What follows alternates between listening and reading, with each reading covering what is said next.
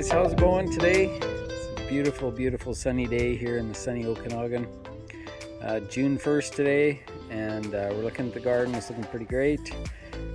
Just about to shift from our cold crops over to our hot crops, and actually that's what we're doing. You can see in the background we've got our pole beans going. Just have a quick look at them. So these guys have just been planted, but we pre-germinated them inside the house and brought them out and planted them in about a week ago. Tomato plants just got transplanted. They're still looking a little wilty, but they're going to come back. Peppers are looking good. We've got lots of hot peppers going this year. So we've got some chili peppers and lots of jalapenos and a couple other varieties, and looking really good. Beautiful crop of romaine lettuce this year. It's just great. Not sure if you saw our video on the carrots, seeding the carrots, but they're just coming on beautiful. What we do with the carrots is we just hand select them. We just eat the biggest ones first and let the small ones grow in. But we have that great way of seeding that's fabulous, so check that out for sure, our video on seeding carrots. This is our potato patch. It's just going crazy this year. It's looking really good. For June 1st, I think we're doing pretty good. These varieties, if you can see, they're just starting to flower. So it's just that early stage. So we know that when the potatoes flower, that they're about the size of a golf ball. So these are still going to be quite small, but I like them to get a little bigger. I really like to have the new potatoes. That's my favorite crop. We have two different types here. We've got a red Pontiac type tomato, or potato, sorry, in this section here, the taller ones, and then we have a second group here beside it, which are I believe a little bit later variety, which is a yellow potato of some sort. Can't remember the name of it now, but it doesn't matter. They're potatoes. They're fabulous. You can see the white dust on the leaves here, and that's our diatomaceous earth. We had quite an explosion of the little flea beetles. You can see the leaves get these little holes in them here. You can see that. This is caused by the flea beetle.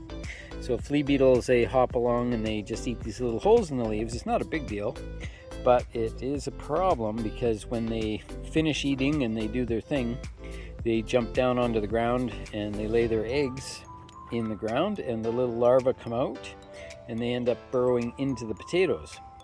So that's where you get these little fine lines that go through each potato, and it's caused a bit of a problem. You have to cut them out, of course, so it is a bit of a pain. So we use a diatomaceous earth. It's a non-toxic product that you just sprinkle over the plants. We apply it about once every 3 days or so. So these are ready for another application, because some of these are still, really don't have much on them. So, but the population I see has really dropped right off. It does kill those little guys really effectively, and it's good on the Colorado potato beetle as well, and it even works on ants. So we use it for ant control in a lot of these planting beds that we have. We definitely use that to diatomaceous earth on all the corners of the plantings where the ants will hang out. And a little failure, we always have successes and we have failures as well. And this is our Hakuri Turnip, which is one of my favorites just for snacking on. And I don't know if you can see this, but the plant looks quite wilted. You can see looks like it's just wilting completely, but the earth is nice and moist. But the problem is there's grubs in here that are eating the roots of these turnips, and we'll have a quick peek here. You can see what it looks like. Oh, and there's also a little sow bug in there.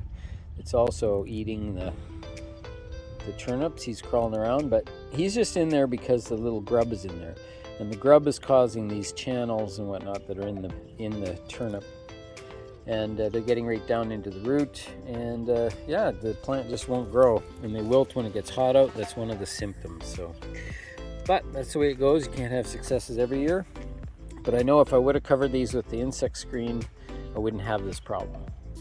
So anyway, that's the way it goes.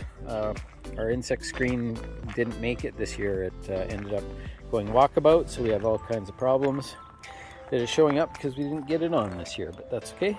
We can manage through. We always get lots of produce anyway. So here's the pea patch. Not sure how well you can see that, but the peas are looking really good and growing like crazy. These are sugar snap peas, and they're blooming like mad, looking beautiful as they do. And can't wait to get some nice sugar snap peas. They'll be ready any day. And our brassicas here, some broccoli and some kohlrabi. Just have a quick look through here. Some bok choy, baby bok choy. It's one of our favorites. You can see it's starting to flower a little bit here. But you know, when they flower like this, they're really, really tasty. So I eat these the little tips are really yummy to chew on.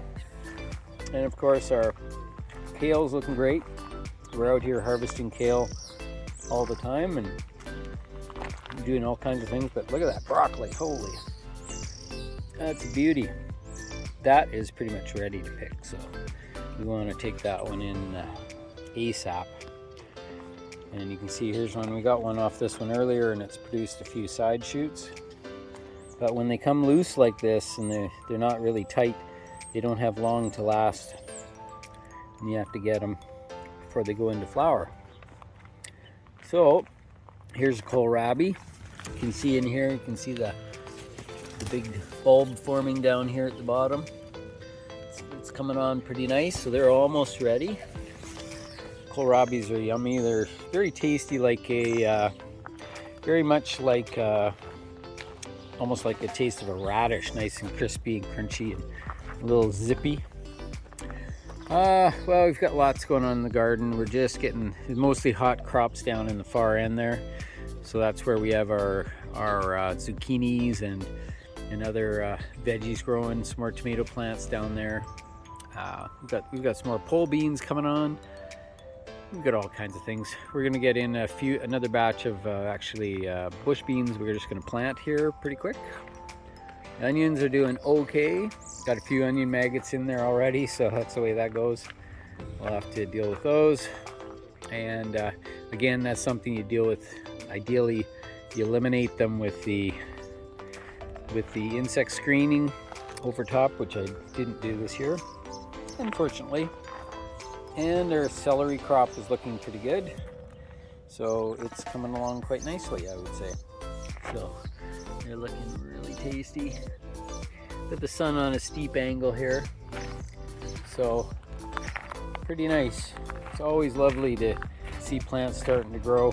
The tomatoes are not looking so great right now, but they're gonna take off anytime. So we have our little bird's nest up here, and it's full of little birds right now, little sparrows.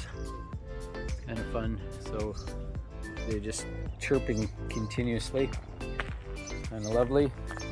And this beautiful peony is just about finished. It's got a nice bloom. It just opened today. Look at that thing. That's just gorgeous. That's a beauty. So there you go. More plants from Grower Coach. Thanks again for tuning in. Hope to show you a lot more videos coming on here in the future. Thanks very much.